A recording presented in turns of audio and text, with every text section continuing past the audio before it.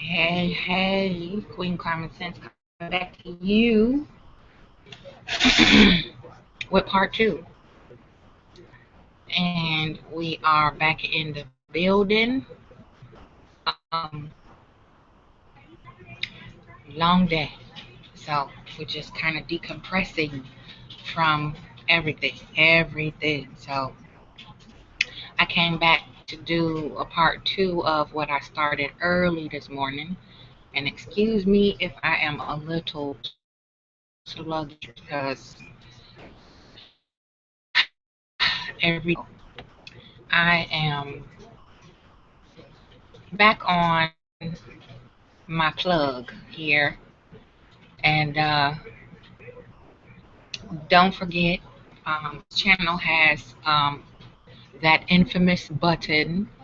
And if you believe in the cause, if you believe in this journey that I'm about to start with the butterfly totem botanica healing, show some love if you have a little extra pocket change. That would greatly help us at this time. I think I made the announcement over here. I'm not sure. Um, of August 15th, I am back on the workforce. And I'm very grateful for that because this is the position that I have been striving for and reaching for the past 2 months. So it's been a long journey. However, 60 days is not that long when you got it, and watching yourself evolve, it is truly amazing. That's why I'm here. I want to encourage everybody to begin to really invest in yourself a little bit more. Um, our health is very important physically as well as mentally and emotionally. And yes, I say that all the time because it's true. And,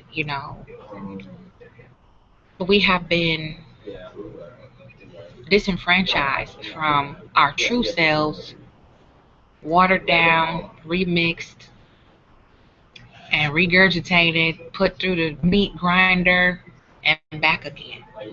And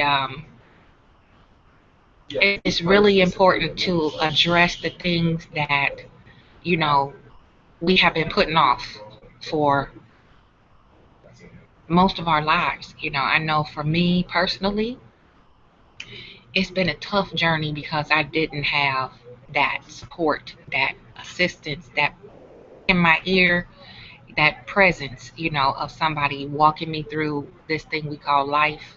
That, a lot of our elders expect us to have a goddamn manual to figure out that breed of crazy that they pass down to us. So, that kind of ties in with what I want to touch on tonight. I know it's late and I promised I'd come back, so I had to do, I had to do it. Um, True love. It's something that we all have a need for, desire for, whether we openly admit it or not. And investing in yourself, clearly, you have to know how to truly love yourself. And I don't mean egotistical love. I don't mean showering yourself with material things, looking in the mirror, all that stuff. you know, that's just one small part of self love. Self love is really truly taking care of you. And what I mean by that is learning how to put yourself in a relationship with yourself first before you can reach to do anything to serve anybody or to elevate anyone else. You have to know how to love yourself in a healthy fashion. And it's not easy because we've been misguided for so long on what self love really is, um, and what true love really is. Love for yourself, love for others. Um, It's like water. It's fluid. It's a verb. You have to do it in order for it to manifest itself, to be able to reflect off of you onto others. And it's not easy. I'm still learning a lot about true love and how to love myself better, and knowing when to say no. That's the boundaries that I talked about earlier today. So, um, true love, we say we love our children, we love our partner, we love, our family, we love our dog, we love things, we love people, we love places, we love food, and when you have a true love for something or someone, um, it's never equal, balance, black and white. Sometimes you have to love yourself in spite of what others do. And it can piss people off. It can draw people to you or away from you. Um, Self-love and self-care is critical, especially in these days and times where we got all kind of crazy people doing and saying some of the most outlandish shit, and labeling it as love, and over time, generationally, we have been programmed to accept abuse as love. And one example is, how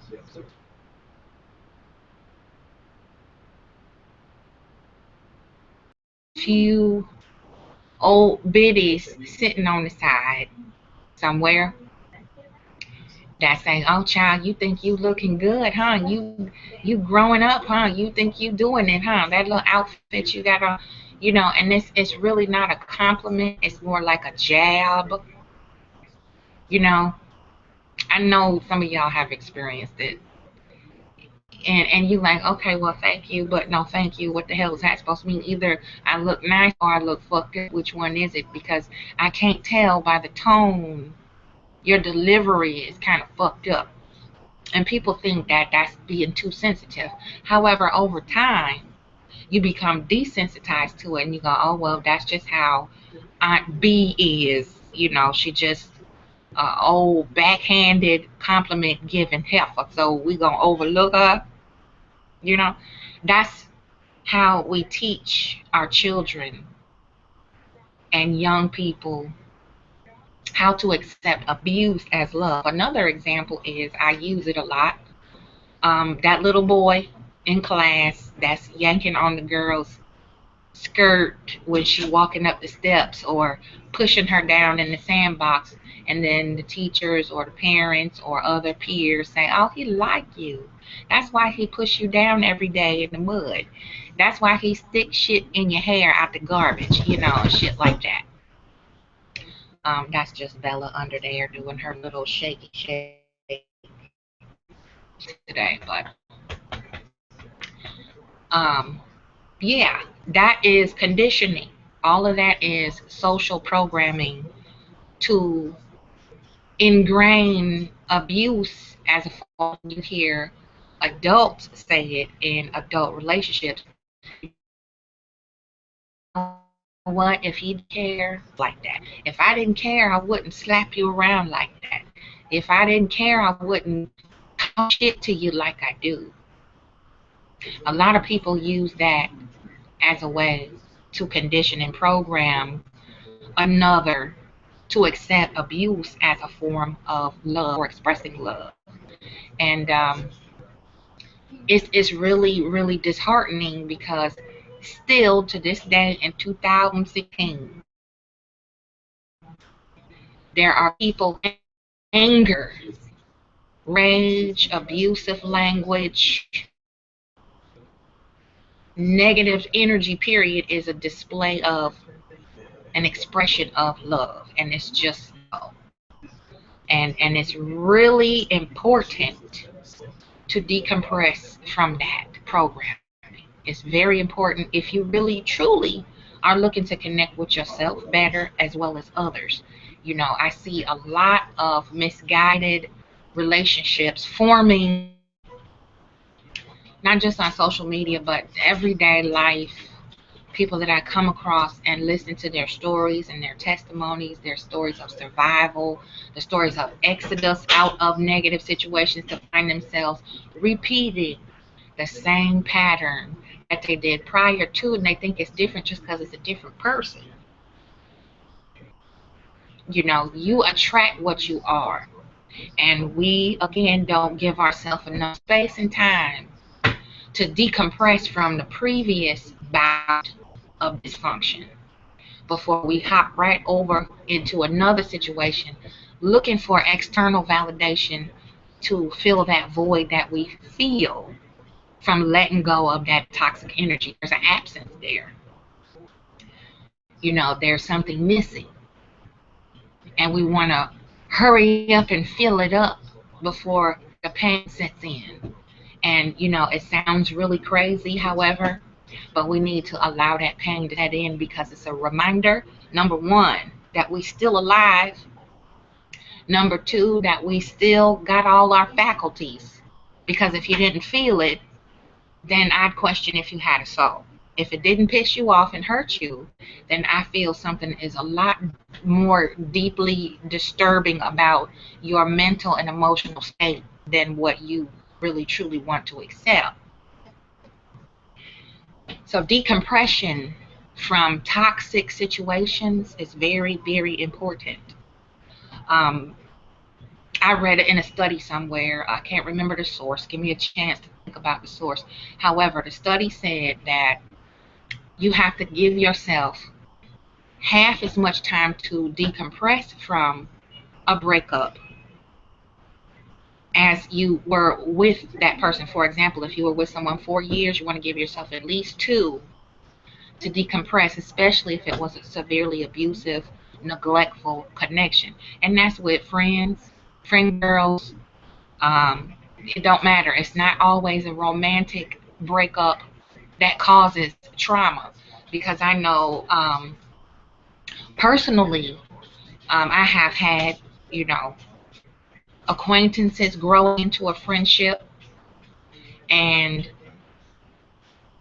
those connections didn't work out, and I found myself attached to people who had children. I have children of all ages. I love children, period, of all ages. However, um, you know, I'm a big, huge baby, and I love kids, and I love youth, and when you get attached to the person and their children, you're not just breaking up with that person, you're breaking up with their children too. And it's traumatic, especially if it's a long span of time that you've been familiar with these beings, these beautiful angels, and then the two adults don't kick it, you know, hit it off too well no more. So you wind up having to say goodbye to a whole family. And that can get taxing on the psyche. You know, and a lot of us say, oh, well, that was just, you know, somebody I met in passing, and, you know, we clicked for a minute, and this is the reason and the season why people come into your life, which is true. However, we glaze over that, and we don't really truly pay attention to how it affects us. It's like, I'll get over it. That was just a friend girl. You know, we work together. We don't work together no more. She ain't around no more. Oh, well, fell off. Okay, fine. Next. And that's really not a good pattern to develop and reciprocate. Because when you find yourself where you can't bond with people and nurture that bond, and it's always like a revolving door, people coming in and out your life, in and out your life, in and out your life, it's time to start evaluating your picker. As my grandmother used to say, your picker might be broke. And it's important to try to figure out where you need to mend that picker. Why am I choosing people who are temporary or short term, or, you know, what I like to say, local long distance type friends? You know, they're not really out the area, but it's just different area codes, so you get charged more when you talk to them. Them local long distance friends that just, you know, kind of flounder around a little bit, and you don't really truly gel. You cool, you care about each other, but it's just something there. that's not quite clicking. And then somebody might disagree with the other one, and then it's like, oh, well, fuck you all together. Them type of people. Acquaintances. We have to be very careful with that. With a revolving door of people, it's like, okay, this year I done let go of 16 people. I don't know what the fuck I did. Next year I'm gonna try to find one person that I can grow with. Oh, but that didn't work. You have to be careful with that, and you have to decompress from that. So if you were connected to that person for a whole year, you want to give yourself at least 6 months to evaluate what went wrong, what did I do, what did they do, did they cross a boundary, was it petty, could it have been resolved with a conversation? A lot of people are hypersensitive and they don't like to be corrected, even if they stepping on your goddamn toes nowadays. They want to step on their own fucking toe, yours and everybody else's, and you better not say shit. That's how a lot of people are, due to lack of control, and they need to feel in control and superior to the person that they bonding with. Otherwise, it ain't no dice. You ain't having no friendship, kinship, any type of power with this person unless you are their bitch, and that's just not how it goes. So we have to really be careful with the revolving door peeps coming in and out, especially when we have children, whether they're older, young adults, or especially children, little toddlers, tots, the ones that are just so lovable. Even if you can't stand their parent, you still in love with them, because that's just how it is with kids. It's even more intense romantically, because you sometimes share a space, you watch them grow up, you had all these moments with them, and now it's time to be like, well, damn, I don't even know if I'm gonna ever see them again now, because the breakup was so damn ugly. We have to be very careful, how we break up with folks and how often we do it. It's just really something critical that I see a lot of people not paying close attention to. I try very hard. Now they grown, so they can pretty much, they got their own barometer. However, it's still where if my family don't feel you, and now if the dog don't like you, because they'll like everybody, I can't fuck with you. And I have to be very careful who I welcome in with open arms, and that uneasy feeling when people get too close too quick. You can pay attention to that. When they're in a hurry, oh, this is my new BFF. Whoa, whoa, whoa, wait a minute. I don't even know your favorite color yet.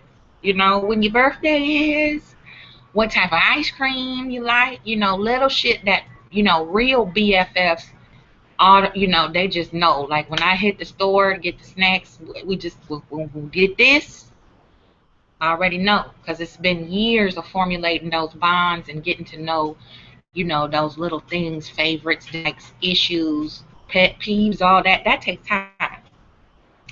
It's an energy, it's a rhythm to every relationship that you have. And true love, again, it's fluid. It's like water, like air. There's no boundary to it. That when you really love somebody and you have that love for them, that you would protect them, you would respect them, you would provide for them if they need you, and it's not what I like to say, counted. If I loan you $5, then I expect you to loan me $5. So it's equal, it's even. That's not how. That's petty, in other words. So it's a give and take, and when you release people, you have to truly let them go. And what I mean by that is, you can vent, talk about this motherfucking dumb ass, you cuss them out real good, up the wall and back down the other side. You get it out. That's the first stage of grief, is anger. Then you go into the I can't believe this motherfucker did that. Denial, disbelief. Then you get sad. Sadness. You know what? I do kind of miss a little motherfucker, but I can't deal with that. That's one deal breaker. See? It's stages to grief. And even though it might be a short time that that person was around, it still is taking part of your energy. You know, it's still, you fed that relationship with whatever energy that you had, whether it was, you know, kicking it, turning up, whatever it is y'all did that was, you know, a common quality that you enjoyed, or qualities that you enjoyed, things you love to do together, you know, double trouble, whatever it was. Once you release that energy, you have to truly purge it. You know, and just like they say, when you break up with your boyfriend or girlfriend, get rid of all that shit. Same thing. You have to cleanse yourself, cleanse your home, cleanse your aura of any memories that might create or trigger you to want to reach back to that you let go, because you let it go for a reason. It was released for a reason. That's why we say X before a lot of shit. It's an X for a reason. And this on again, off again thing, that's another part of the revolving door. That's just not healthy. It's not healthy for anybody to do that back and forth with the same person, whether you got children together or not. If you broke up for a reason, certain things didn't work, and just because time has passed and have jumped back on their best behavior, like Miss Mary Muffet sitting on her tuff, and that don't mean shit, because they fall right back into the same patterns, then you're back off again. Revolving door. So now the children looking at you like you're crazy. You looking at the children like, we're gonna fix it, and you keep fighting. They're going, when you gonna fix it? How come you keep fighting? If you gonna fix it, what the fuck you fighting for? See? And I know for a fact that children would rather come from a broken home than live in a broken home. I know that firsthand. You know, and that's something else. I'm not talking about nothing that I ain't lived it through. You know, so experience with it as well as observing it, you know, and plus now I'm officially studying it.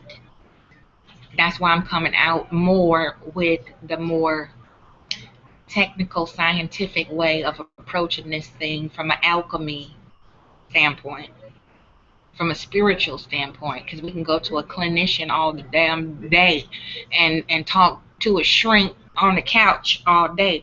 If they're not connecting with your spirit and they don't have a connection to a spiritual belief system that is in tune with you, they're not going to help you. That's why a lot of people say, you know what, I went to a shrink for 5 years and shit didn't help. They didn't do their research. You know? So that revolving door of energy coming and going, it's always something going on. It's always, well, you know what, I had to cut that one off, had to cut that one off, had to cut that one off. If you always cutting people off, then you know what, sometimes it's not them, it's you. And you have to adjust your aura and your psyche accordingly and give yourself time to heal. Because we waiting on guard for the next, you know what, if this person do that to me, this is what I'm going to do. I'm going to cut them off. And that's not fair to you or that person, because you could be missing out on a true friend, love relationship. But because you're still guarded from that past scar, you ready to punish the new person for what the old person did. I'm going to get you before you fuck up one time. Click. Sometimes that is necessary because people are users, useless eaters, bottom feeders, you know, leeches, incubus and succubus, and they just go from person to person to see how much they can extract from you. They can get a rise out of you, they can waste your time, they can fuck with you, piss you off to where you are an ineffective parent, turn your household upside down, spread lies and rumors, come talk to you and get all your what you call dirty laundry, and then they're going from house to house, place to place, dropping off dysfunctional seeds, and before you know it, the whole goddamn world know your struggle, and it's supposed to be private, and it's only one person you told, and you know this motherfucker doing it, but they lying to your face. People get a kick out of chaos. Some people don't even know they're addicted to it until it's pointed out to her. But you know, I've been in that situation too, where I'm like, you know what? It just seems like every time I come around, you going through something, and every day you got some type of crisis. Every day. It's not once a month, once every 6 months. Life happens. Sometimes things come back to back to back. You don't have no control over, and this just seems like you can't catch a break. Been there too. You know, you can have a sick relative or loved one, and it just seems like the bad karma just won't subside. And it's like, now what? When it rains, it pours. We've all had those situations. However, a person that lives in chaos, self-inflicted drama, they are always into it with somebody either always cutting them off, or you know, they cutting them off. That person is cutting the drama queen or king off. You have to really separate yourself from that. Just like clutter, you know, when you declutter your private space, your sacred space, your temple, your home, your office, your prayer room, your altar room, whatever it is, you feel better, lighter. You can think, you can see how you might want to rearrange it, how you might want to redecorate. However, it is clutter. That's mental and emotional clutter this person is going through. You notice when you peaceful, they amped up, and then they become peaceful. When you're amped up, they just chilling, and you like going off like, what the fuck, I can't believe. And they chilling, they like, oh really, damn, I didn't know that, it's already here. And you like, how can you sit here calm and cool as a cucumber, and I'm going through this shit here? They truly subconsciously don't realize that they are addicted to drama. You know, I've talked to a lot of women in the recent past who are so wound up, stressed out, and terrified of not being in control of every little thing. They talk real loud, strained, kind of hollering, coming from here. And I go, bring it down a decibel or two. I can hear you. We right here. You don't have to shout, you know. That's stress. That's from bouncing off the walls all the time. Everything is a meltdown moment. You know, the pot might boil over. Oh my God, Lord have mercy, the pot boil. Then, you know, then God left the gate open, the dog got out. You know, everything is just like just overly hyper chaotic. Everything. All day long, this person is on 10. And I be wondering how people don't sleep at night and how they have insomnia, because I would be wore the fuck out if I was shouting all day, pissed off at every little thing. That should be a trigger. When little things go wrong throughout the day, and it just sets you off to the point where you cussing the dog and the cat and the trees. You go to the store, you cuss the cashier, you cuss the basket because it ain't rolling right. You know, no, that's the trigger. That's a sign. That should be a red flag for you. I am stressed the fuck out, and I need to take better care of myself. You know, a lot of people say, I take care of myself. I do my hair. I'm looking presentable. I got nice clothes on.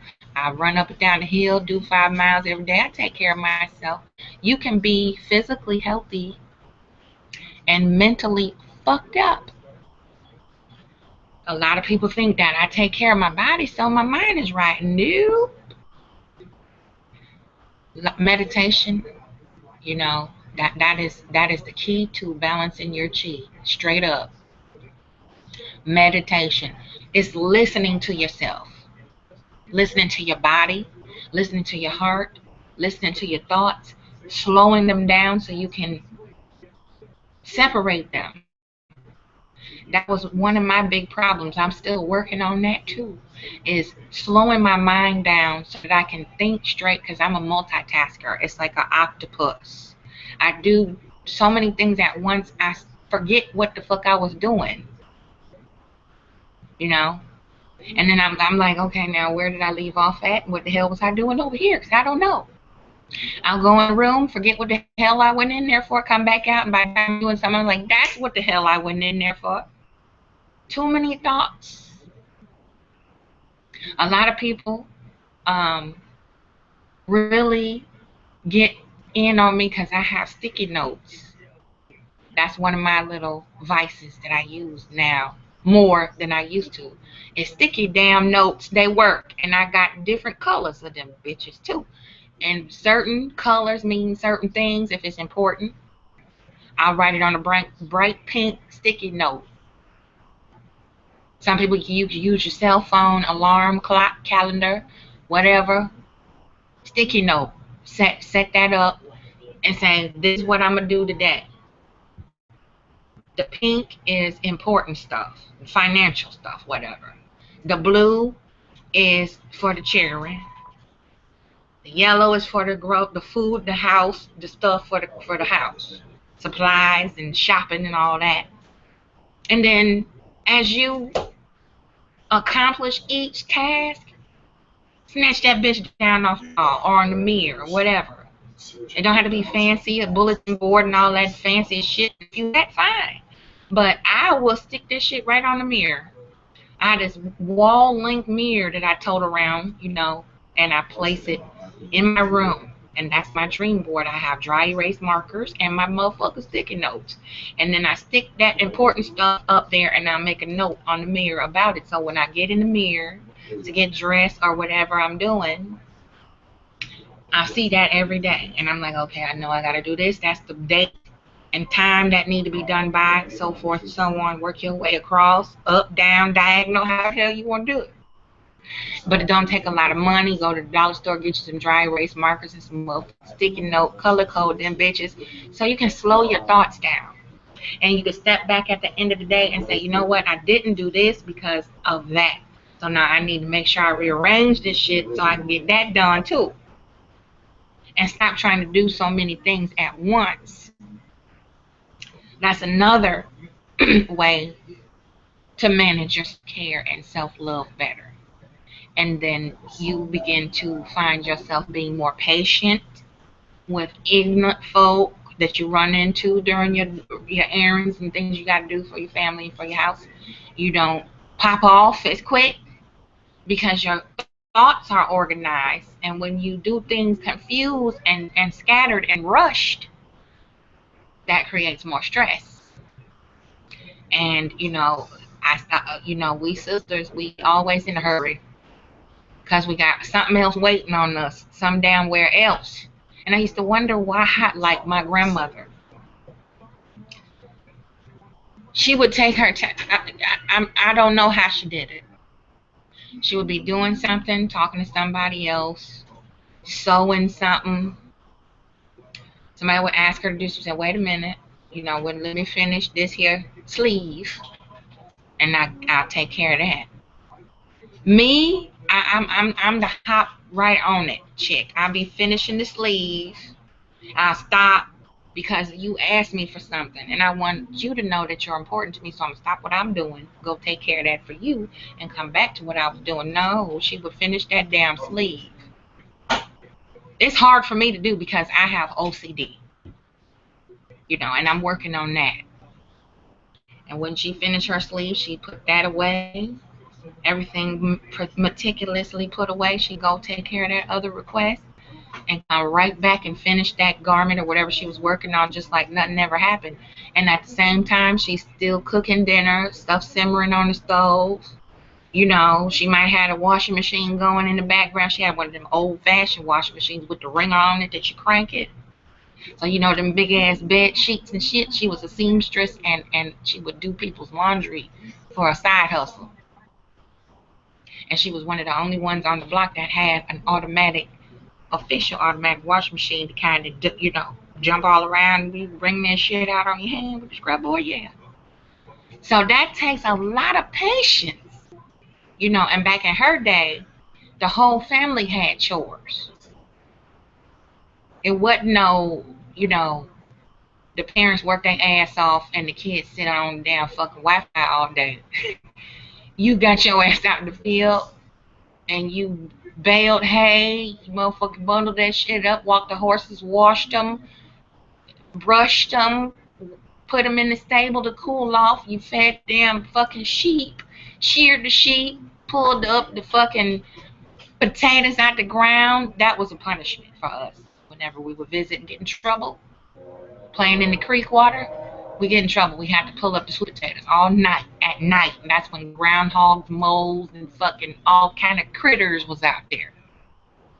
Taught you how to navigate and not get your ass whooped by a fucking groundhog, because them motherfuckers can fight. But patience is what we need for self-care too. Patience. Patience with ourselves. I do it all the time. I beat myself up. I'm like, damn, I forgot the bread on the counter in the store. You know, I'll walk away and leave my motherfucking phone sitting somewhere. I'm like, damn, if I didn't have my kids with me, I wouldn't have shit at all. Like, I wouldn't have a key. I would have stuff just rushing. Sometimes you leave stuff in the car that you need to take in the store with you, like money. One time we walked all the way to the store and had no motherfucking money. Rushing. You know? I'm like, damn, I'm sitting there looking stupid. Rushing. And now I find myself slowing my mind down through meditation, through one step at a time. Self-love, self-care. When you rush and you fuck yourself up, you might trip over something, run into something, bruise your leg on the side of the bed, stump your toe, rushing. You know, and then you got a big fat swollen toe. You got somewhere to go that evening. You got to put on some fucking high heels. You can't put your foot down in the fucking shoe because your foot hurt.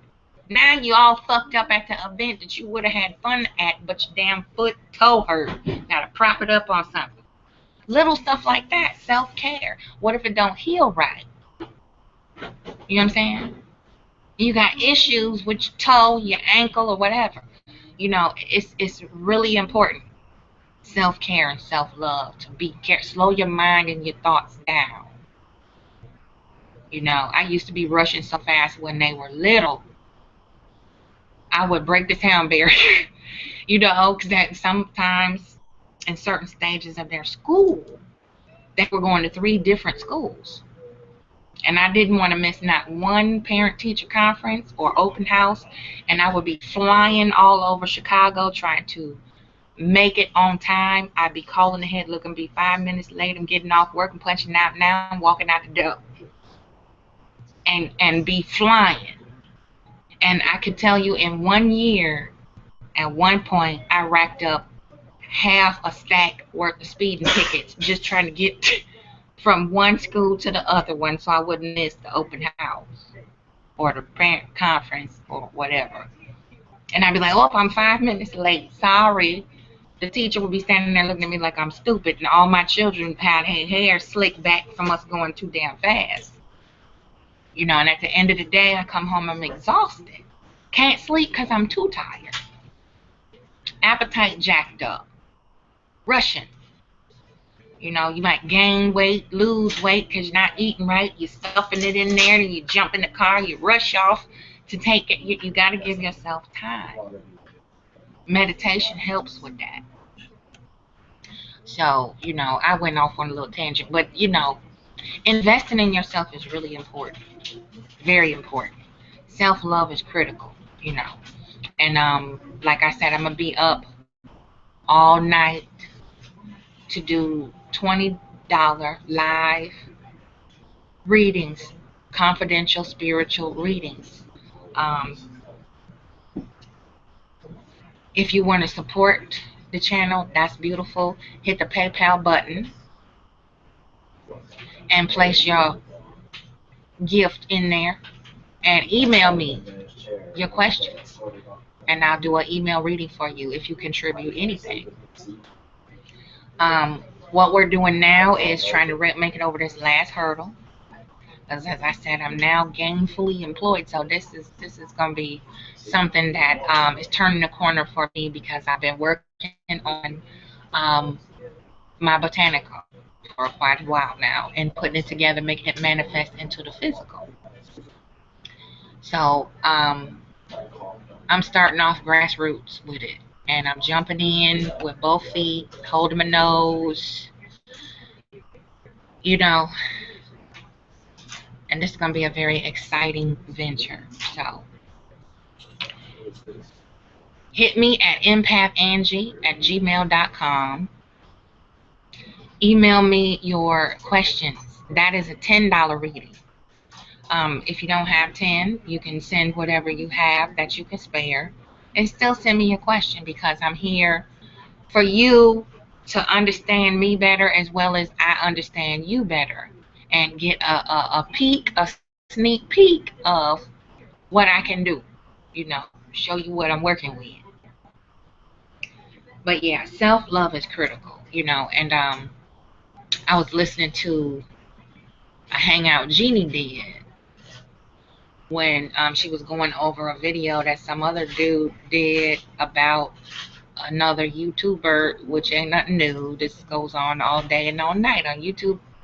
But this particular fella was really upset, and the points that he was arguing against,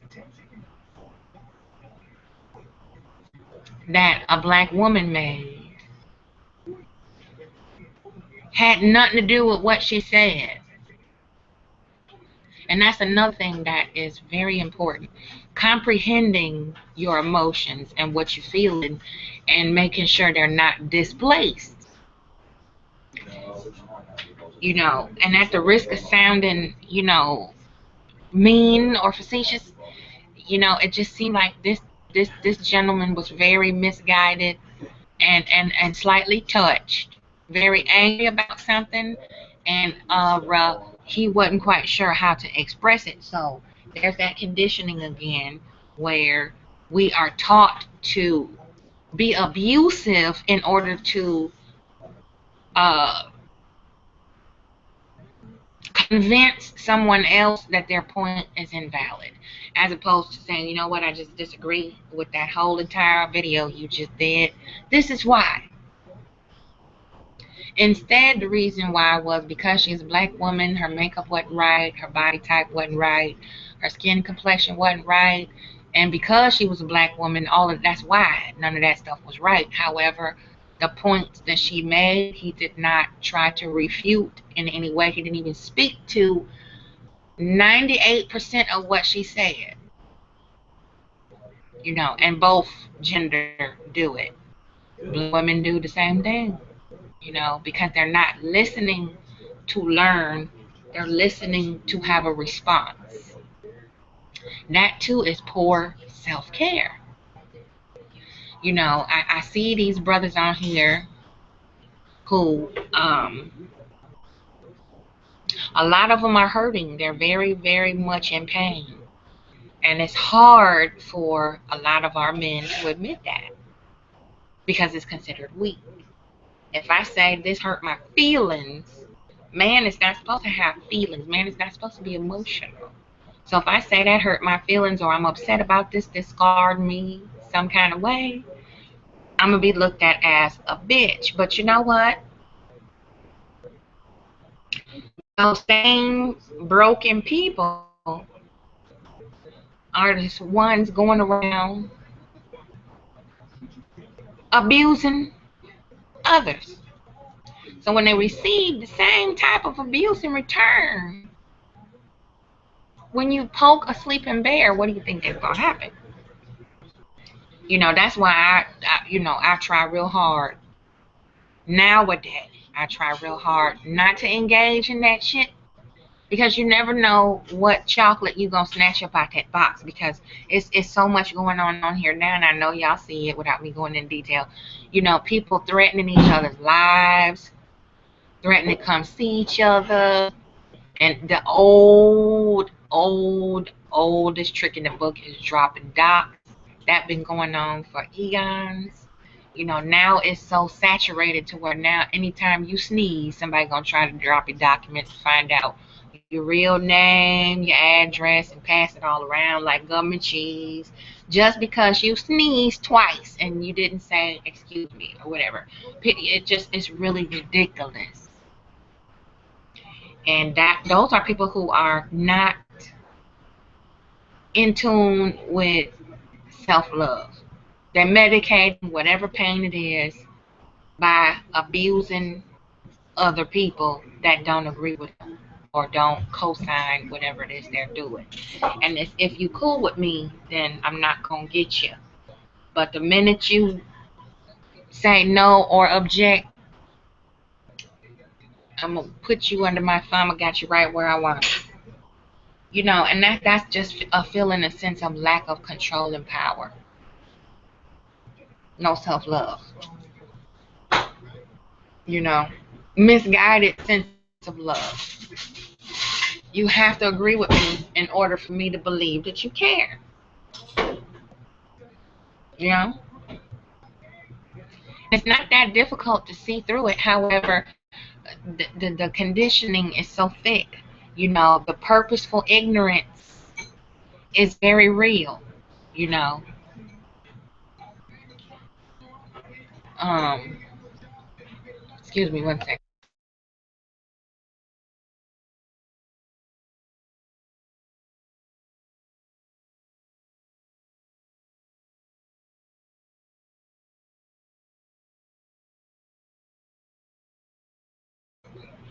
Sorry about that. But yeah, you know, you gotta watch this here carefully. You know, we got a lot of pseudo scientists, a lot of pseudo psychologists and psychiatrists on here who think they can analyze and break down everybody based on one video or one interaction with someone, who feel that, you know, they can psychoanalyze and assess people just based on, you know, a few points that they may have touched on in a conversation or interaction. There's a lot of people who think that they have an intimate relationship with you, and I don't mean sexual, because intimacy has nothing to do with sex. They think they got an intimate relationship with you because they watch your videos or they check out your social media and all of that. And then the minute they engage and finally have a chance to hit you up in person, and they don't get the package that they the bargain for, your ass is in trouble. You know, I've had people come at me all kind of sideways because I have a strong personality and I have a delivery that's like a explosion. So they feel like they have to talk to me all crazy and don't have no fucking manners or home training. And when I check them, they're like, well, how you gonna have any standards? You up here on your videos cussing. I should be able to walk up, stroll up, roll up, and talk to you all fucked up. You better not say shit about it, you black bitch. And they were supposed to cook inside the rice.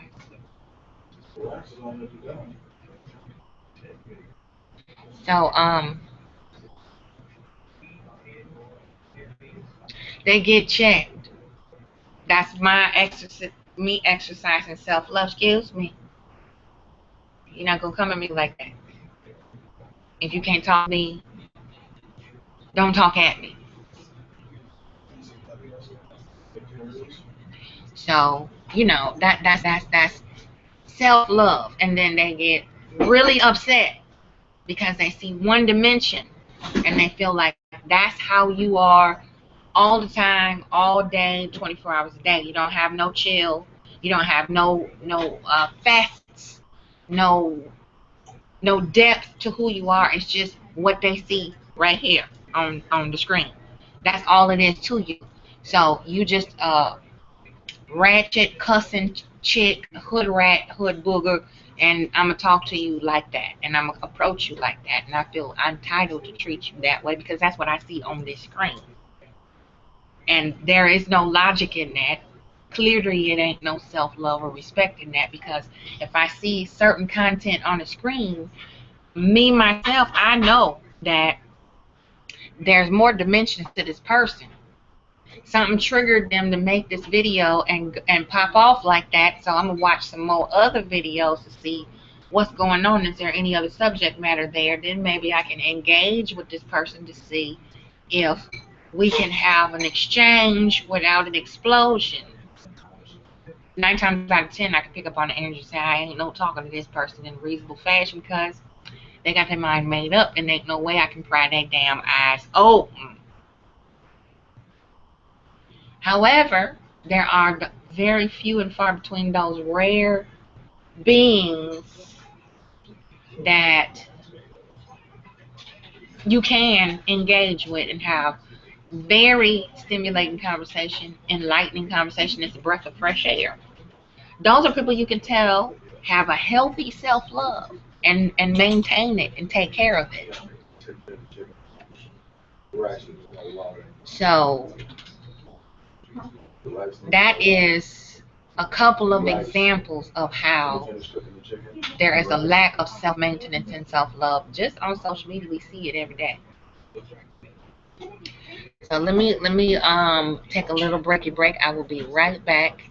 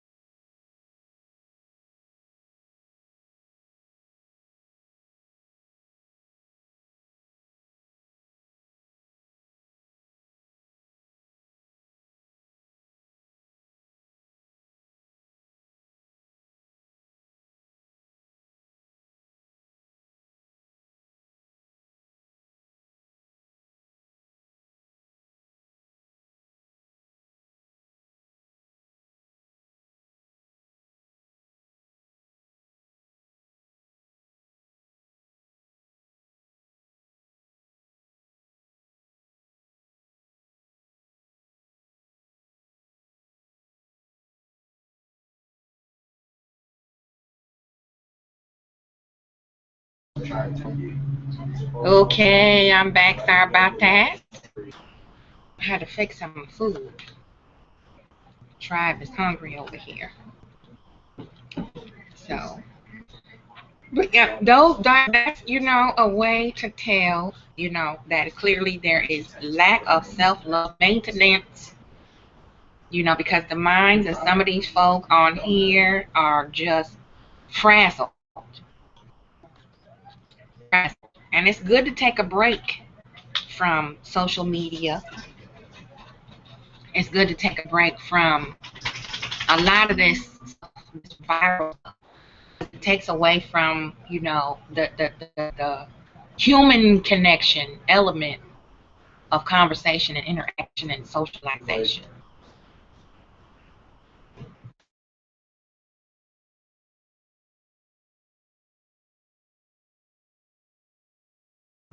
So,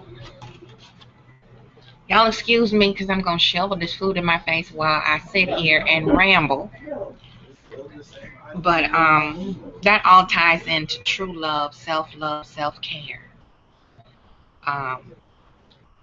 Sorry, this is not going to be a bunch of bullshit and arguing, gossip, and rumors no more. I'm not going to be fighting off goddamn trolls and stalkers on this goddamn channel no more. So if it's boring to you, because I know somebody out there is running their fucking mouth. So what? This is a calling that I have been working on and manifesting and building on for a long time. And it ain't for everybody. So it is what it is. I just don't take the drama very well. Don't sit well with my spirit. And I prefer to be filled out the majority of the time.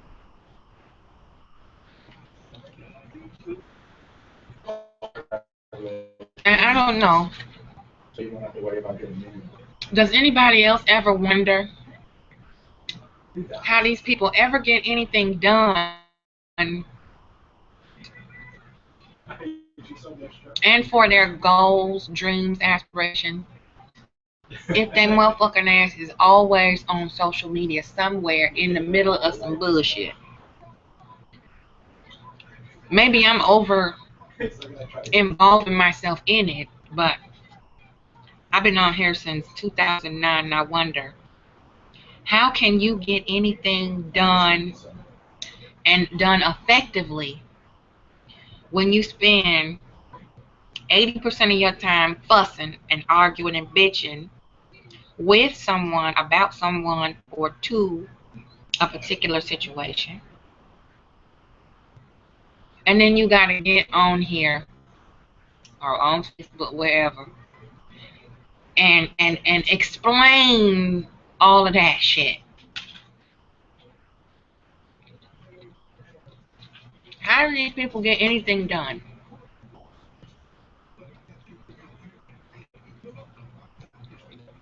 In the real world, like outside the house, outside the computer, outside the viral world.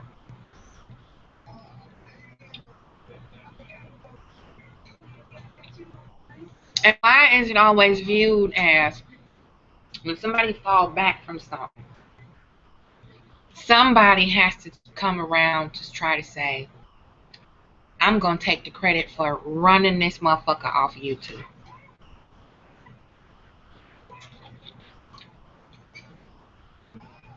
You see how people embrace abuse and they look at it as a badge of honor? If I can embarrass you or shame you or humiliate you, make you stop making videos, I have accomplished something.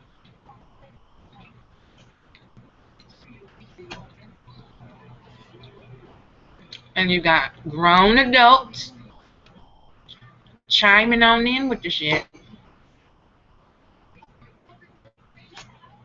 And they really feel it's like a sport.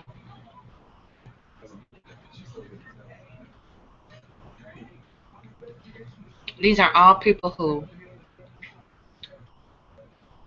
have very low regard for themselves, have been taught to emulate and recycle abusive behavior.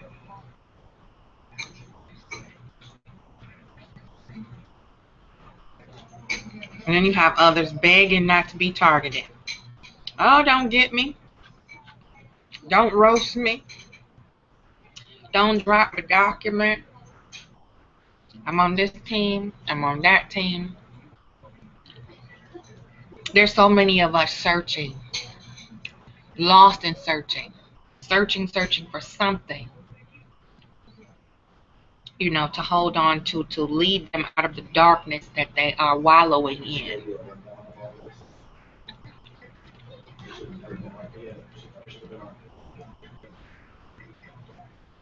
And that's where spiritual work comes in very handy if you're open to it.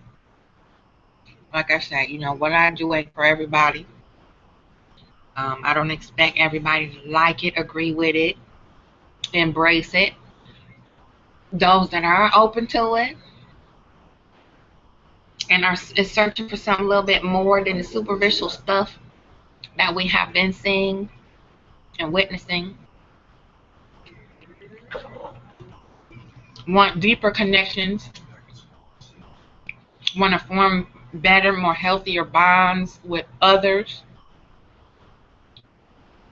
What spiritual advisors are for. Spiritual coaches. Your health, mind, body, spirit. 360 degrees. I always ask myself, if I do this or say this, what purpose will it serve? How is it going to help me?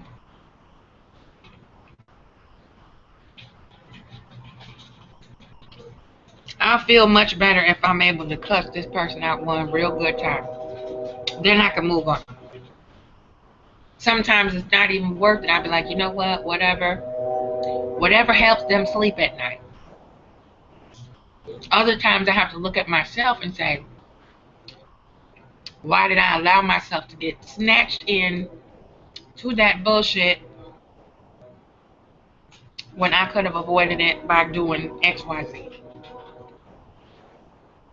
Now I feel retarded, just as retarded as the situation I found myself in.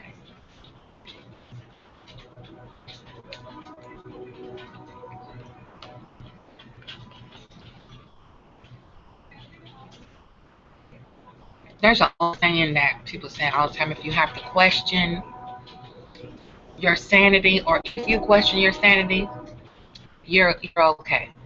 You're not crazy.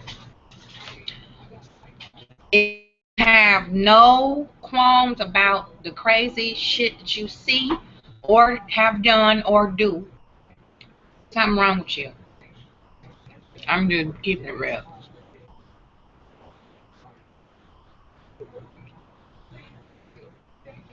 You can always tell somebody has a lack of self-love when they make themselves a victim of their own circumstances.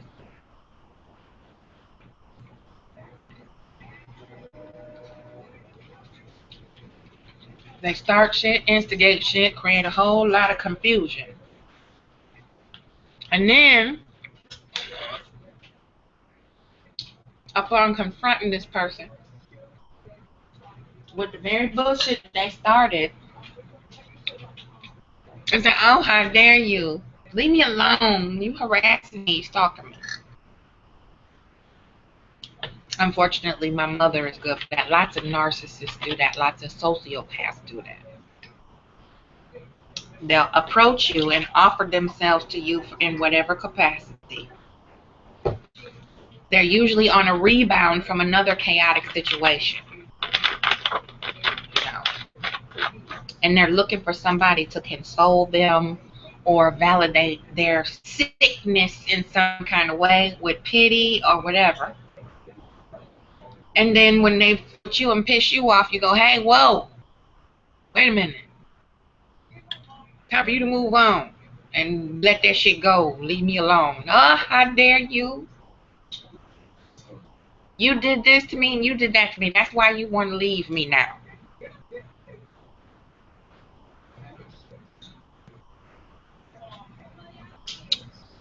Or that's why you want to kick me to the curb. You just wanted to XYZ and now you done with me. Nah, nigga. You crazy as fuck and I can't deal with you. These are things you did. That's the boundaries you crossed, and that's one and done. Can't deal with that shit. Bye. Kick bricks. Shake a tail feather the opposite way. Then all of a sudden they become a victim. You did this to me. You did that to me. How dare you do this to me? And then you walk away like you did all these things. Like what? Really? Projection, denial, delusional, lack of self-love and care is there. Present. See that all the time. You know, it's like technology is a gift and a curse. You know, this live stream stuff and social media, Snapchat, all that shit, Tinder, all that. I can't keep the fuck up with all this shit no more. And you know why I don't care to with certain things? Because it just takes away from the experience of human connection. Like in person, live, whether it be on the phone, in person at a coffee shop, you know, a pastry shop or something, a diner, sitting at the table, eating greasy ass food, talking shit, playing spades. You know, that's the kind of connection that has been lost in this whole being inundated with technology and social media. And this is the next hottest, newest, best thing to do digitally or virally. And then the human connection of it all is lost in the shuffle. And you have individuals, what you see now, who don't know how to talk to folks. They don't know how to treat other people in the presence of mixed company. They self-identify and trauma bond with other chaotic individuals just like them, and they expect the rest of society to fit in with them versus the other way around. I've noticed that it takes away from the human connection, the ability to be able to expand your mind and wrap it around new ideas, different ideas. Yeah, we say surround yourself with like-minded people. However, that's not all you need to surround yourself with. You have to be open to new ideals, um, different points of view. It's okay to disagree with folk, and you can still love them on the other side of that disagreement. That's growth. Everything that is worthwhile is not easy. And when you truly know what love is, and you understand how to love yourself, a disagreement is resolved quickly with understanding. Communicate to gain an understanding. If you can't verbally communicate and get an understanding, then you need to table it. Like an adult, you can't make somebody see your point of view. All you could do is ask for understanding, and that's self-love and self-respect. Look, we disagree. I made my point. It's on the table. Your point is on the table. Ain't nobody's bigger, smaller, worse, or better off than the next one. So we're going to leave that on alone. And we're going to move on to something else that's more amicable. It's more pliable. We can get down into it and not have too many discrepancies. And if we do, we're going to handle it without raping each other's humanity and molesting each other's dignity and defiling each other over a disagreement. And you know, I always hear these people say men are way more logical, women are emotional, they wire different and all that. Now, I don't see no logic in two grown ass men or 4 or 12 having a knockdown, drag out verbal argument to the point where you want to travel across the country to fuck each other up over what was said. You mentioned my name. You talked about my children. You said that my car was ugly. You you know, you talked about my girlfriend or my wife or my boyfriend or my husband or whatever. And now you're ready to kill each other based off what's said on social media. You know, and it's real people. These are real people who are really touched, who have issues, who in person, if you were sitting next to them on a bus stop or, you know, in an amusement park, you wouldn't even know how crazy they are until you hit that switch. And then your ass is in trouble.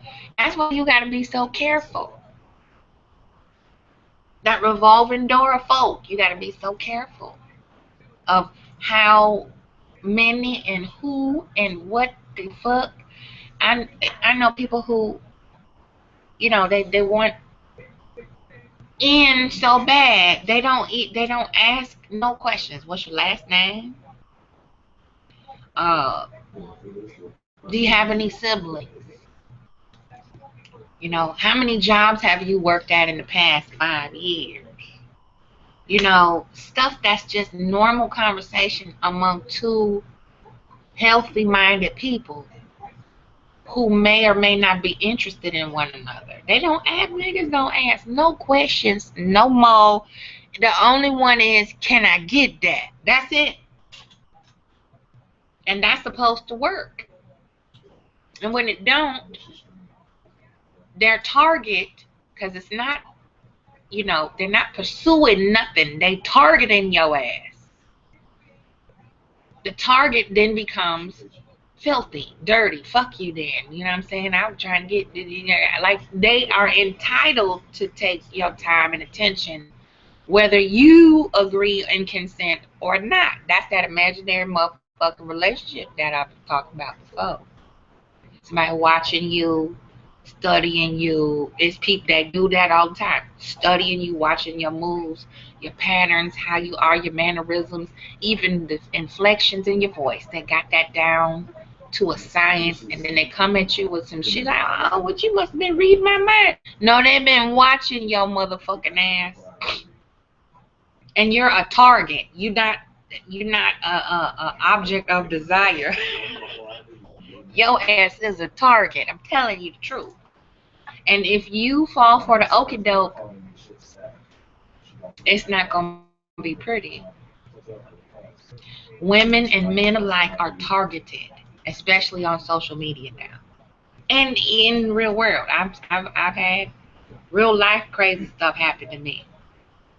And if I wasn't aware and paying attention, it could fuck me up. So just make note of that.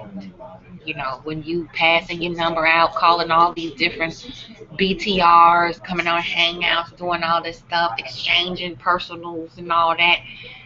It's a lot behind the mask of a lot of these people out here in society. And they always give their best representative first. Some people take 6 months before you really see the real them, 6 years, 60 years.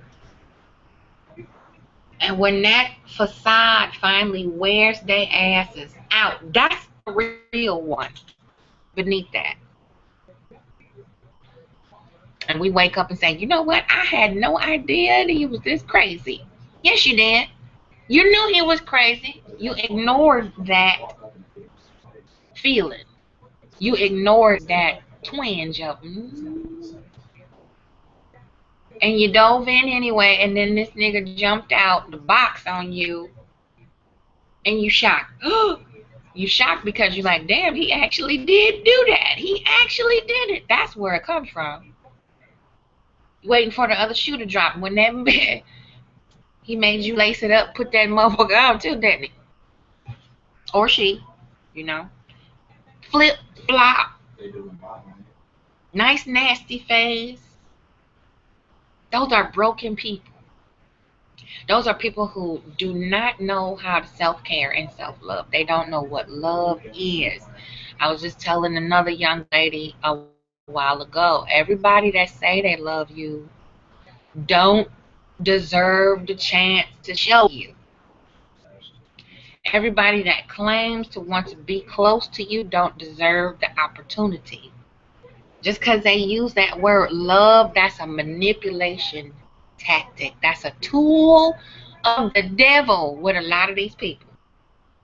They want you to drop your guard quickly so they can move in, get while the getting is good, and dip. That's just the way it is. And I'm seeing more and more women and men get their hearts ripped out their chests from hooking up and trying to force a square peg into a round hole. And that's the oldest, most antiquated mistake that people keep committing ongoing. They just don't get it. And they refuse to get it because they get caught up with outer superficiality. And they don't want to admit that they got. They're like, you know what? I knew she was going to do that. I knew he was going to do that. I just tried to make it work for whatever reason, justify excuse. And then, everybody still got unfinished emotional business because don't nobody want to take ownership of how they fucked up. The choices that they made, conscious decisions that you made to select this individual who is stir crazy and go, you know what, I didn't see it coming. Or, yeah, I did. I knew it was going to come sooner or later. No, you didn't. No. You knew that motherfucker was crazy when you got with them, when you invited them in, and you flirted with danger and you got your ass bit. That's what had happened. Ain't no other way to slice it and make it sound better than what it is.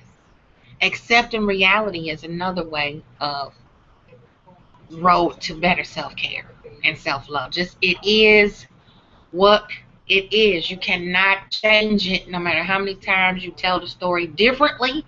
Whatever you add, subtract from that, it's still going to be whatever it is.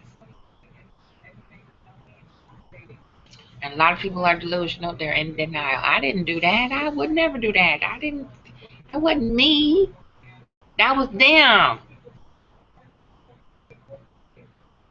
Low self-esteem. You can admit when you made a poor choice, and I it's very true.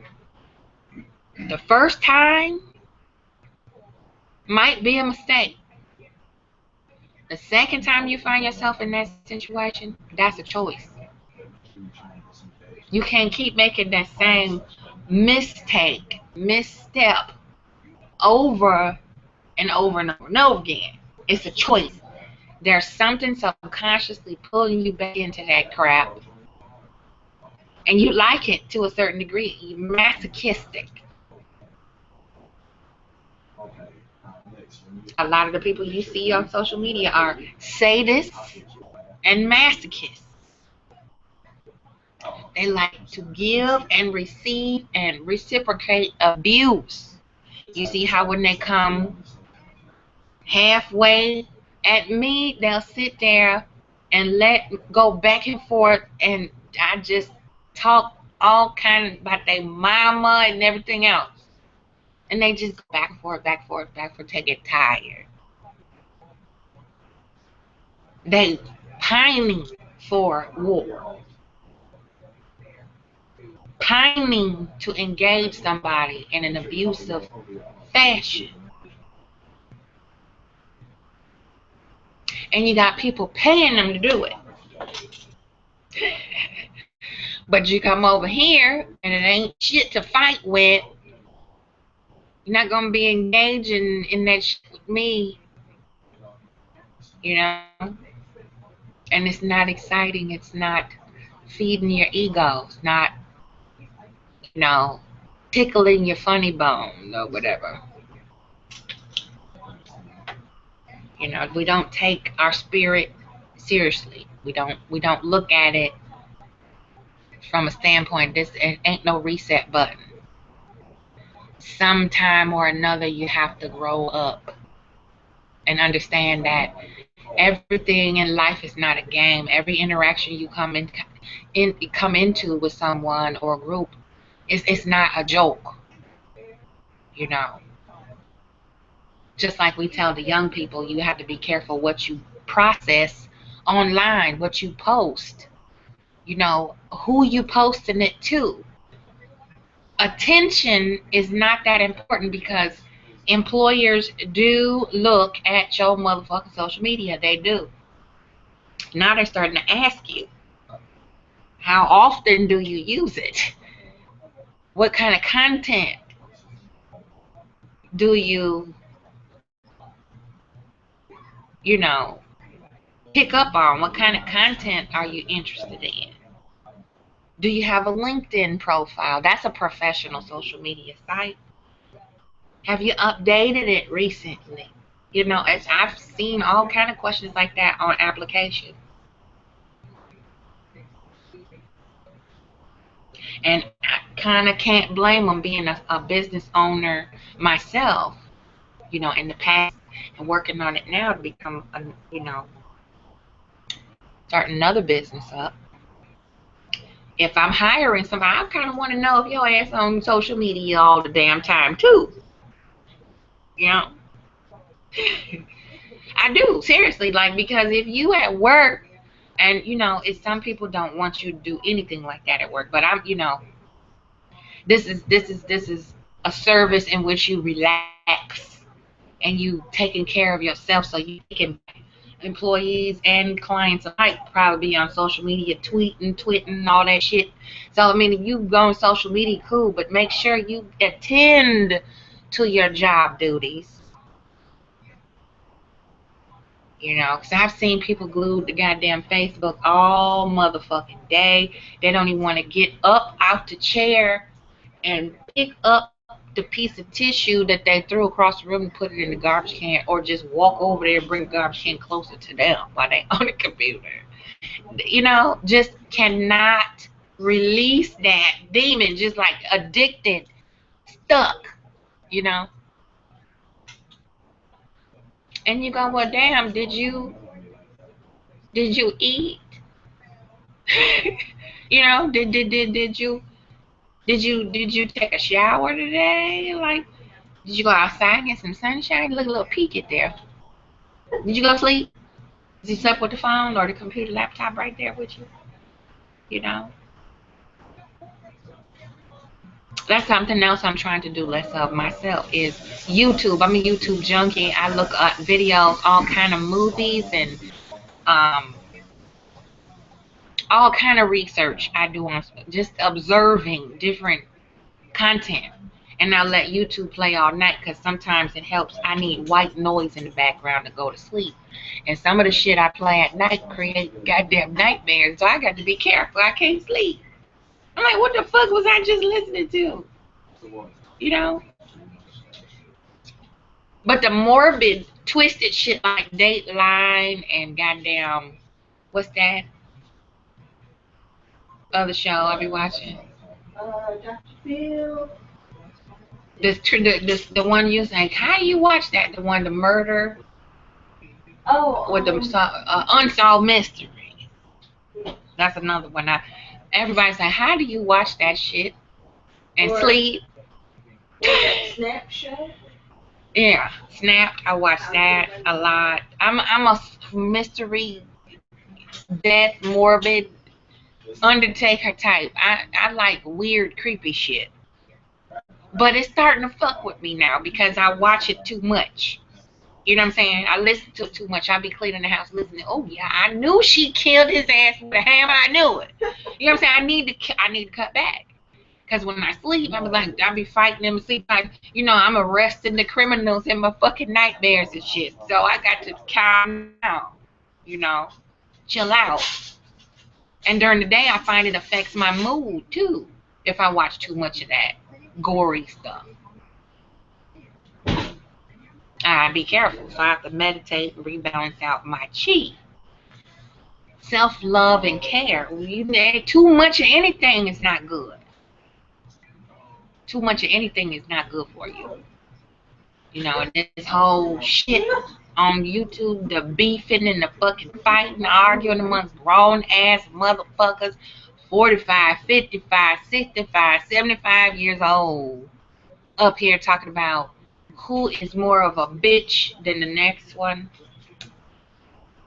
Which black woman is worse than the next? Really?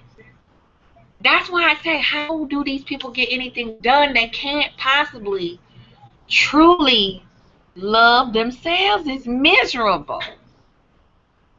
Miserable. And they want to make you and everybody else miserable just because you're watching, you know.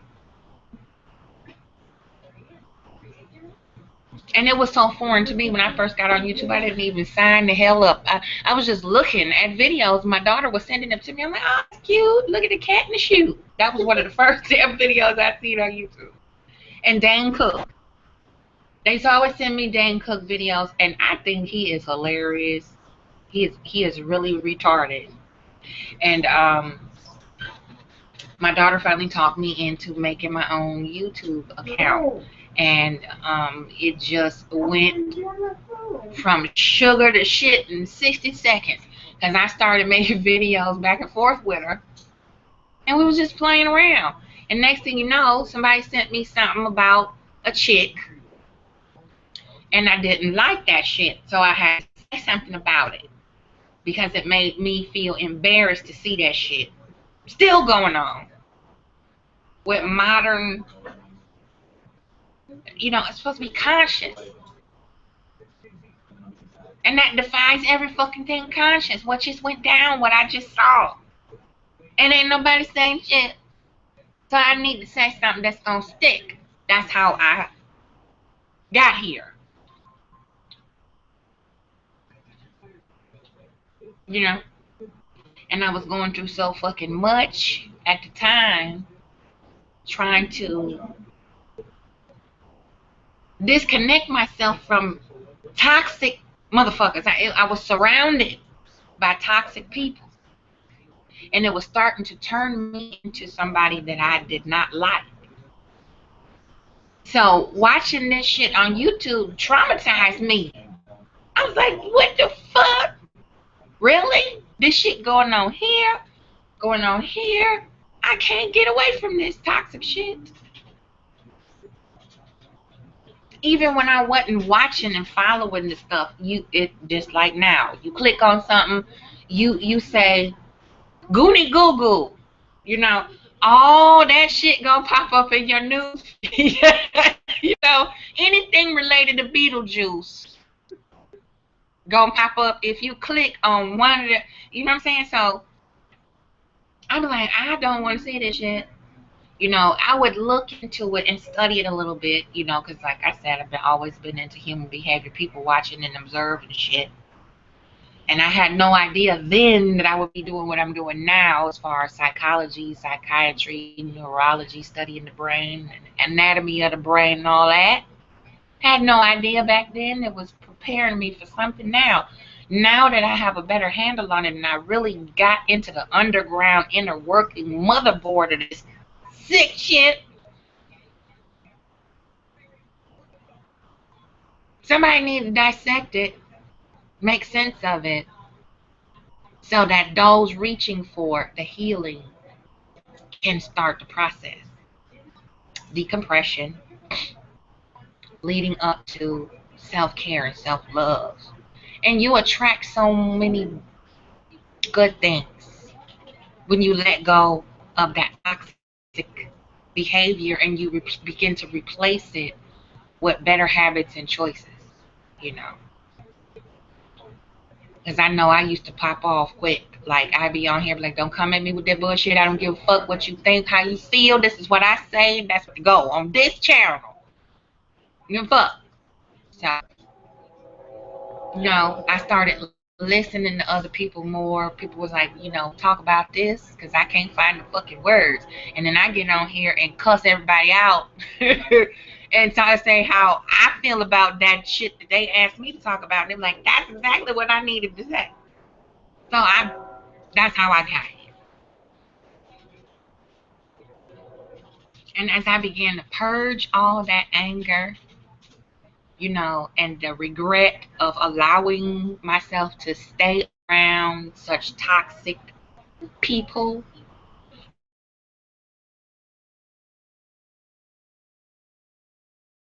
the light bulb come on, you know, you get caught that way too. Like, you know what?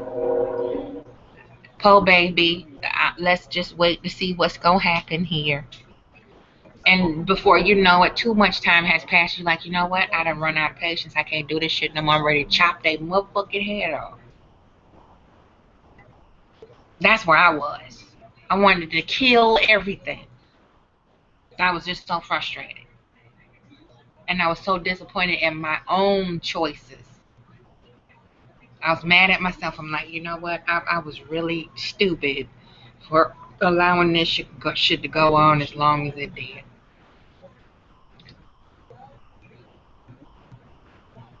And I had to change it. I had to.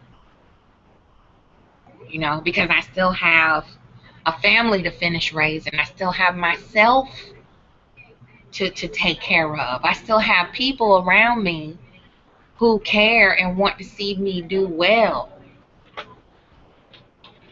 Who have time invested in me too. Like, hey, I'm not hanging around here for my health. You know what I'm saying? I want to see you get to the next step. That's why I'm here. We're trying to reach our goal. And like I said, support this channel just like them other people support that other shit. I'm investing in myself so that I can have the tools to be able to help others do the same thing. I'm not the guru on all of it. However, I do have some good shit to share. Sometimes personal experience is enough to get people to go, oh, you know what? I can relate to that. Now I know where to start, right? Great journeys begin with one step. And if we never take that step towards self-care, maintaining our psyche, protecting our aura, protecting ourselves from all this stuff, and don't filter it, it's just keep getting worse. Y'all see it for yourself. Just gets worse and worse and worse and worse and worse. That's why I took a whole left turn. I'm like, you know what? I just tuning out all of that. Anything directed at me in that manner, silence is the most lethal poison. Silence. That's why people pick and try to get into your personal stuff when you're very private and you don't you don't have to broadcast everything that you know how to do, that you do. You did more than that when I did more than him, he did more than her, and she did more than him. Silence speaks for itself. And those that will weed themselves out when they can't pry through Fort Knox, then you ain't shit. So be not shit to these motherfuckers and shut it down. Shut it down. That's why they want to discredit everything. If I say I'm blue, they're going to say, nope, you green. You ain't no motherfucking avatar. You a frog. You know what I'm saying? If I say I went and touched the damn moon with some cotton candy, they're going to say, no, bitch, you didn't. You was flying on the fucking red carpet. You know what I'm saying? They know you better than you know you, and that's why I'm just like a clam with a pearl inside of it. Oyster. Chink.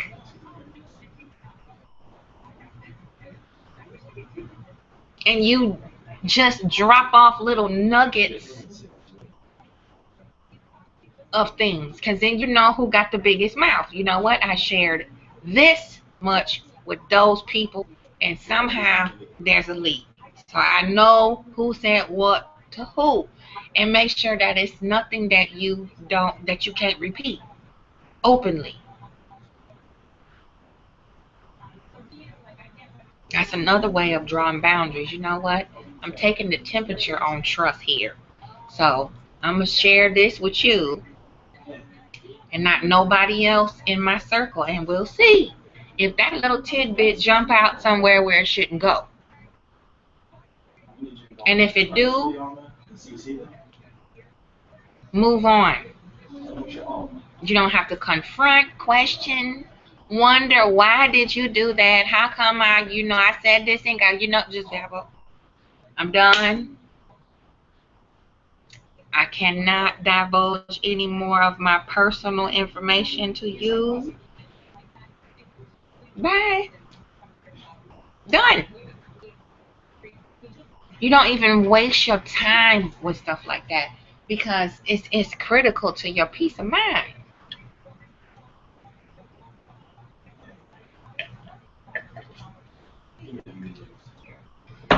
It's critical to the balance in your life for you to be able to provide the energy you need for your family, for your loved ones, for things that are important to you.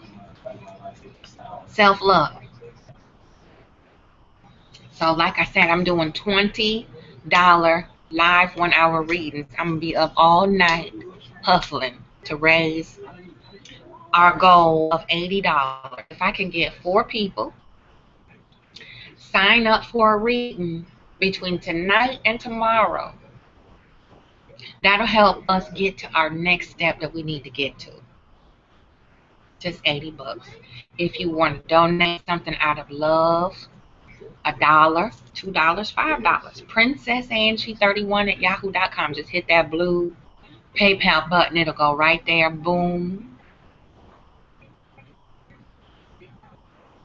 Email me your reading, your questions, and I will give you a thorough, accurate email reading. Those are $10. Very deep discount. Normally my email readings are $20, and my 1-hour readings are $75 to $100, depending on how you want to do it. Everybody don't have $75 to $100 just around these days. And being that this is a celebration for me, opening up Butterfly Totem Botanica Healing Spa, you have 360 degrees of healing in this Butterfly Totem. It's a virtual grand opening now.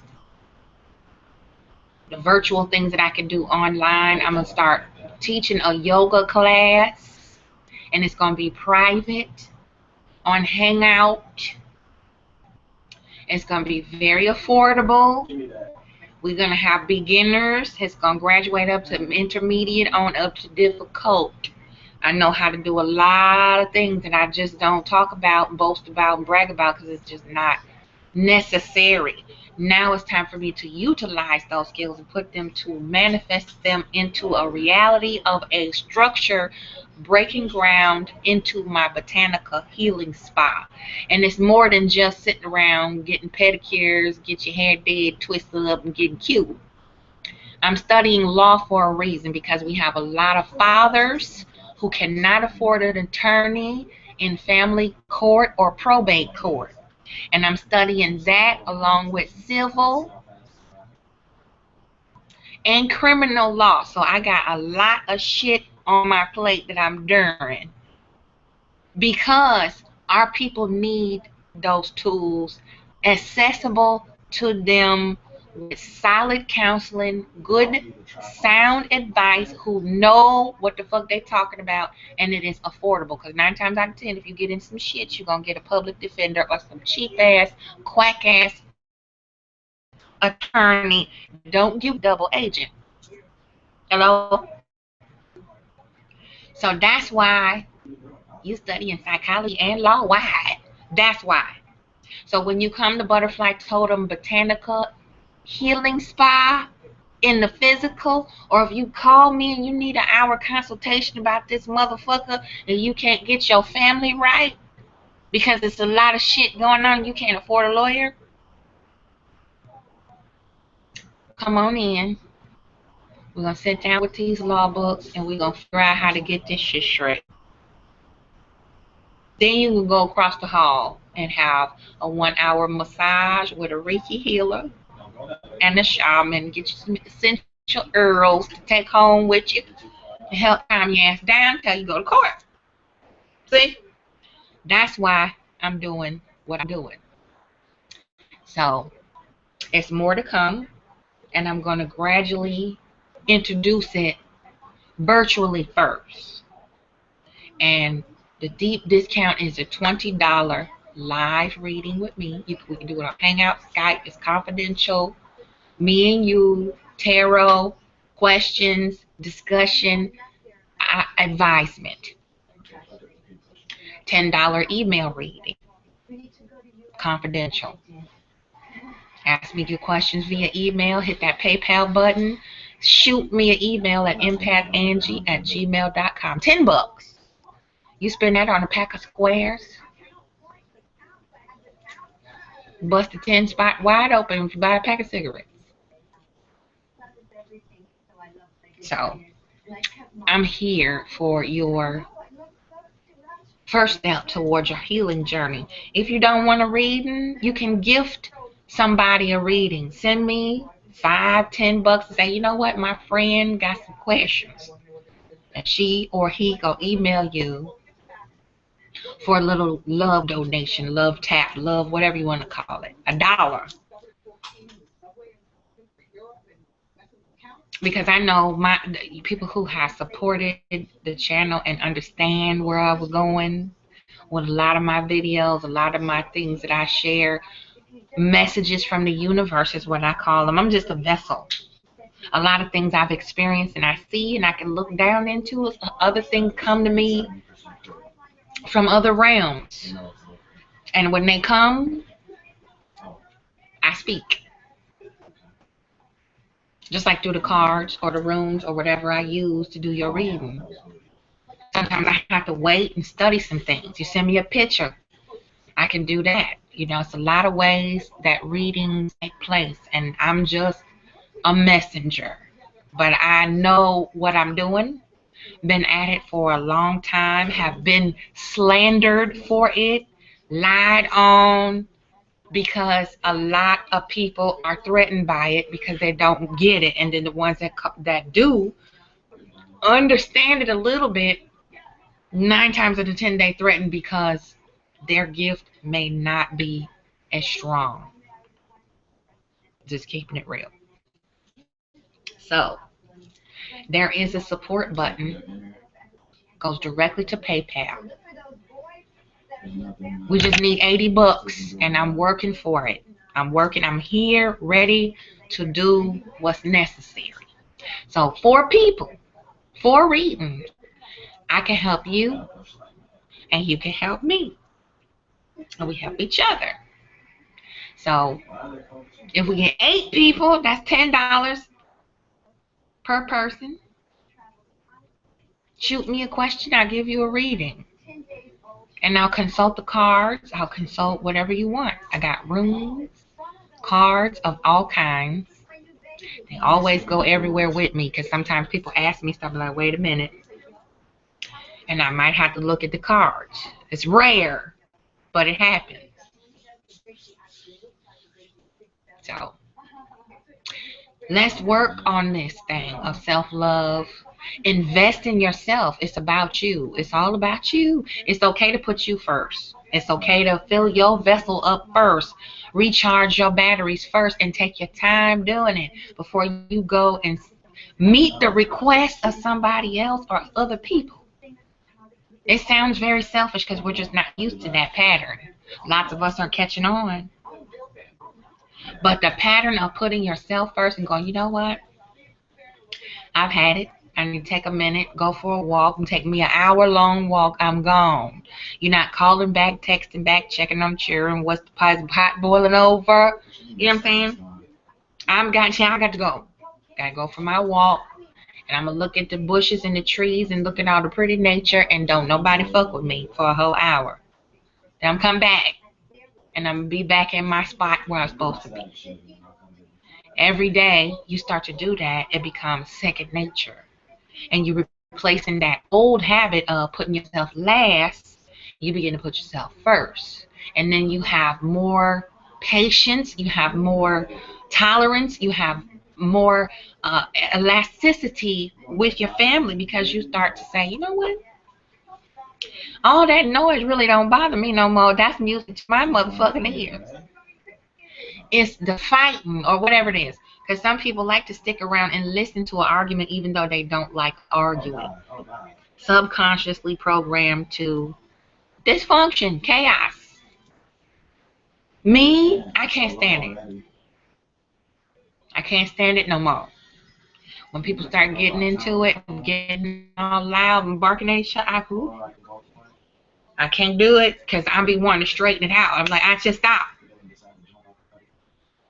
You know what I'm saying? I can't do it. Then I'll get myself in trouble for getting in people's shit, trying to help them fix shit that they don't want to fix. Then they ask me shit, so I just leave. You know what? I can't listen to this. I can't deal with it.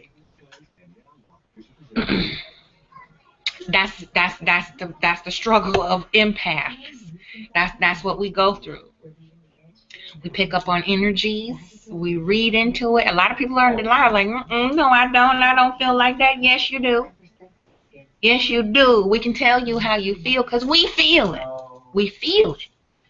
It's not a guess. We feel it. Now, I've done it with a lot of people on here for free. Didn't charge them for a reading, but read them down to their soul. That's not true. She full of shit. That's all you can come back with? Prove to me that that's not how you feel right now. So, empathangie@gmail.com. This is my little mini YouTube-a-thon. I did a Facebook-a-thon before, earlier this evening. But just $80. That's all I'm trying to get today. My feet hit the floor at 7 a.m. I've been out and about doing my thing. I was at the library taking care of some business. And I showed my pluggers before. These are just little small, tiny little flyers that I've been making up, playing with the designs on them and things like that. This is not the final finished product because these are kind of on the fly. We did, just to get it out there, quickly. I have some other things I'm working on for Butterfly Totem too. But you see, I've been working. We had 2 stacks of these. We still working on getting rid of the rest of them. And, we're going to do some more. As we run out, we just going to make some more and keep on going. And soon I'll be ordering, the official business cards, things like that. Stationaries and all the little cute shit that go with your business. Pens and pencils and all that cute stuff. The lanyards for your keys. We're working on all that. And we need to have some help. We need a little help. I'm just keeping it real with you. Starting a business and restarting a new chapter is hard. And I'm going to be investing every penny that I make into Butterfly Totem Botanica Healing Spa. And it's going to be certified individuals, once I get to that point, working alongside me on my team, staff, however you want to put. I call it a team because I just don't boss and employ. That to me is just a bunch of bullshit. So we all bosses because we all running this shit. So any bit of help that you can lend, $5, $10, sign up for your reading, $20, 1 hour live. Email me the time that you want that done and we'll get it done. Because it's never too late to invest in yourself. And like I was saying earlier, it don't have to be something chaotic going on in your life for you to get a reading. Again, I say, I get one every season. Winter, spring, summer, fall. I get one every season. Sometimes 2 in one season, depending on. And it's an investment. And I don't feel bad at all for spending that money. Sometimes I don't have to spend no money, But when I do, I don't feel bad because it's something that is helping me further my journey, my spiritual walk, and deepen it and add more depth to it. We never reach a destination of completion because we're ongoing entities. We keep evolving, changing. We're not the same person today that we were yesterday. You're different. So if you see that blue button, send a little some love my way. This is straight up one goal, one last hurdle we have to hop over. $80. That's it. If you know anybody that wants a reading, bring them over here. I'm a night owl. Y'all know I sit up all night sometimes on here looking or talking or both. So this is my grind. This is my hustle. Like I said, August 15th, I'm officially back on the workforce, which is hallelujah. I'm so happy. So I'm glad about that because then I have more to work with. You know, that tool that we call money is a bitch, you know, and I like to work for what I get. And I try real hard to do without when I don't have it, but I have other skills that I can utilize in exchange for that damn evil ass tool we call money. Debt notes. That's all it is. So this is something that I feel will be beautiful. You know, I don't expect, you know, a big warm parade and all that, but I feel like this is something that's needed in our nation. That's ours. That nobody has access to bastardize it. Nobody has access to molest it and flip it and commercialize it. You know, keeping things as organic as possible. That's my goal. Keeping things as organic as possible, real as possible, transparent as possible. And I think if other folk can make a living off of propaganda and bullshit, I think the little 3, 4, 5 people that watch me, my streams, and you know, it's organically about 200 to 300 views per video that I put up here. So if I had 200 people send me $1, that would be a wonderful thing. Just one. But you know, we're trying to make $80 tonight. That's it. $80. That's it. And sign up 4 people for a reading. You know, or you can get 8 people for $10 reading. You know, this is for a reason. It's ongoing until further notice because, you know, what a way to balance things out as opposed to gouging prices. You know, $150, that's a light bill. That's groceries for a week or a month, depending. You know, that's a lot to sit down and have a reading because we do a lot and it takes a lot of energy for us to do readings. And we prepare prior to, especially if you book an appointment ahead of time, you know, and we do a lot of things. We do rituals, cleansing ceremonies and things like that, especially if it's some heavy stuff going on, you know. And I put up a few videos of some of the rituals I've done on my empathangie channel over there, as well as on my Facebook page, empathangie. You see a few of my rituals I've done. Some of them have been for myself. Some of them have been for others.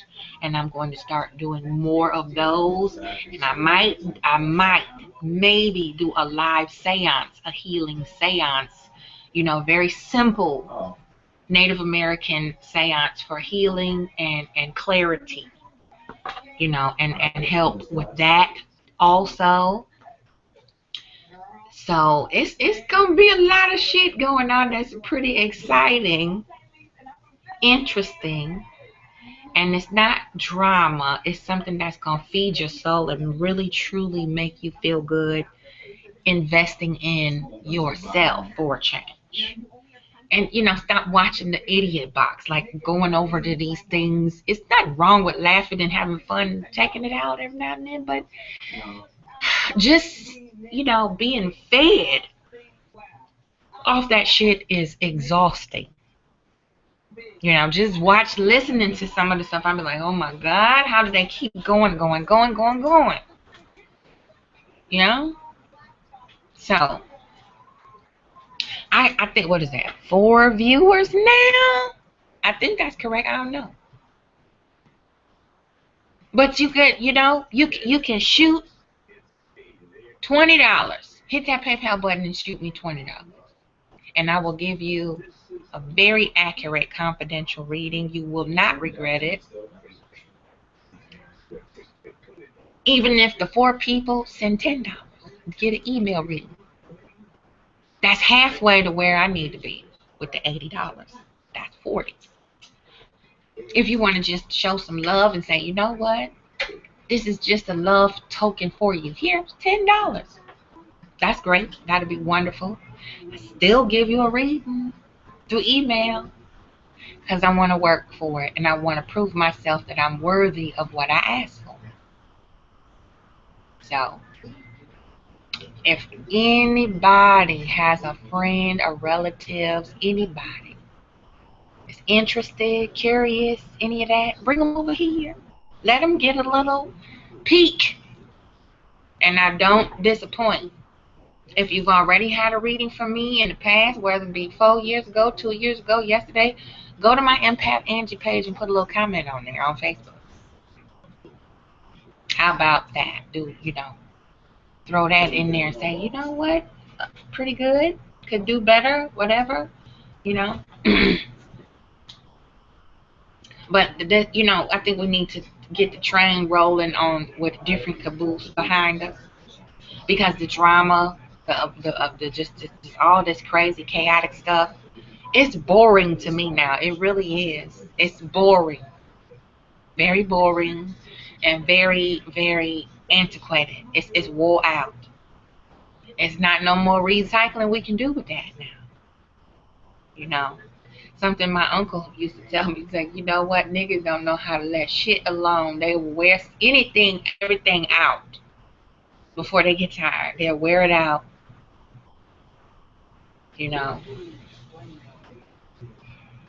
Excuse me. So I am going to take a slight break and recharge I'm going to take a quick power nap. Then I'm going to come back on this live stream, continue to campaign and plug my butterfly totem botanica healing spa, and like I said, if you feel the love over here, if you enjoy the atmosphere over here, send us a little support. $5, $10, shoot me your question and I'll earn my keep. I'll give you a great, wonderful reading. So I'm gonna take a power nap. Give me till about, what is it now? 12:57. So we'll say 1:30. I think I'll come back, take a little break. I have been up since 7 o'clock this morning, y'all. I don't know how I'm doing it. Great spirit, love, and just the love of the hustle. It's not easy, but I'm here. Like I said, you can use me, but don't abuse me. If you really want to invest in yourself first, let's set up that little reading. And I'm right here. I got my cards over here in my little bag. I'm ready. So share this. Share butterfly totem. I'm gonna be throwing the page up soon for that. And I'm gonna combine empathangie with the butterfly totem, link them together. And a lot of this stuff I'm doing on my own, and I'm getting help from other places and advising me accordingly, so it's pristine and beautiful. And I'm polishing up the finished product and making it exceptional because that's the kind of service I want to provide. Exceptional service, exceptional readings, exceptional coaching sessions, exceptional yoga classes, exceptional belly dance classes. All that's coming up, virtually coming up. So stay tuned. And if y'all night owls is still up with me, 1:30 a.m. Eastern Standard Time. I keep forgetting I'm not in Chicago no more. I'm homesick. I really am. I'm homesick. But 1:30, I'll be back. I'm gonna take a quick power nap, and Queen Belle is looking at me like I'm crazy, so I have to take her out and get a little fresh air. Power nap, then I'll be back. So again, that blue support PayPal love button is right there. It's easy to do. $10, $25, $3. If you got $1.50, share that with me because I'm trying to reach a goal of $80. That's all I need for right now. Like I said, in a few short days, I am back on the workforce. Boop, boop. And I have another job lined up too that's starting at the end of this month. So I'll be working like a Jamaica. I have several jobs. So, and it's good for me because I like to work. You know, that's just my thing right there. So 1:30 Eastern Standard Time, I shall return. Take the little four-legged queen out for a little quick walk. And I'll be back on the rebound. See you later. One love. It's not goodbye. It's just see you later for right now. We're going to come back with part 3. And I got some more stuff that is even deeper than this that I have been itching to share. So, support button. PrincessAngie31@yahoo.com is my PayPal. And this is just to reach the goal of $80. I can see if I was asking for $8,000. I can see if he was asking for $800. But if we got 4 people to sign up for $20 readings, that's only 4 hours of work. 8 people sign up for a $10 reading. Quick. See? I work for what I asked for. So, one love, one unity. Ciao for right now. 1:30 Eastern Standard Time. I got 29 minutes. No, you know what? Let's do 1:45. 1:45. We'll do that. Because I got to walk LaBelle and then close my eyes for a little bit. I'll be right back. Yeah.